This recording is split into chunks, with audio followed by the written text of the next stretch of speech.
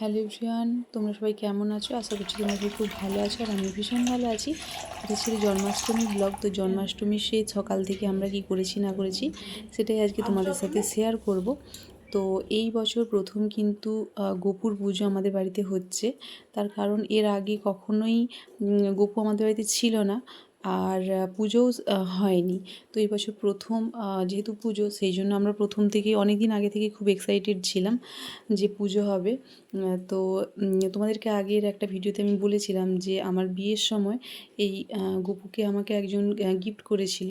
তো তারপর প্রতিষ্ঠা করা হয়েছিল, এই সামনে যে দোল উৎসবটা গেল তখন প্রতিষ্ঠা করা হয়েছিল।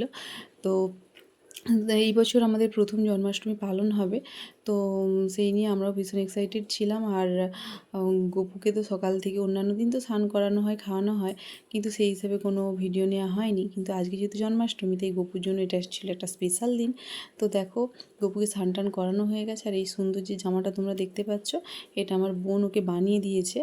আর ওর জন্য কিছু কিছু জুয়েলারি আমি নিজে কিনেছি নিজের হাতে পছন্দ করে।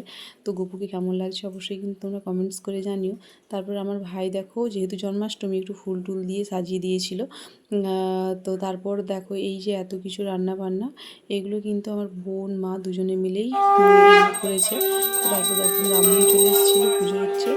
তো তোমরা পুজোটা দেখতে থাকো।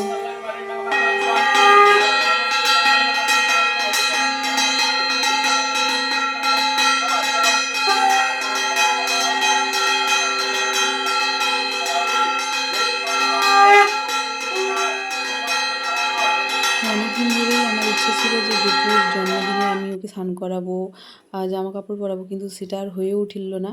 তার কারণ আমার অসুখ ছিল, তো সেই কারণে আমি পুজোর কোনো কিছুতেই হাত লাগাতে পারিনি। তো সব কিছুই আমার মা আর বোন কমপ্লিট করেছে। তোমাদের কেমন লাগলো অবশ্যই কমেন্ট করে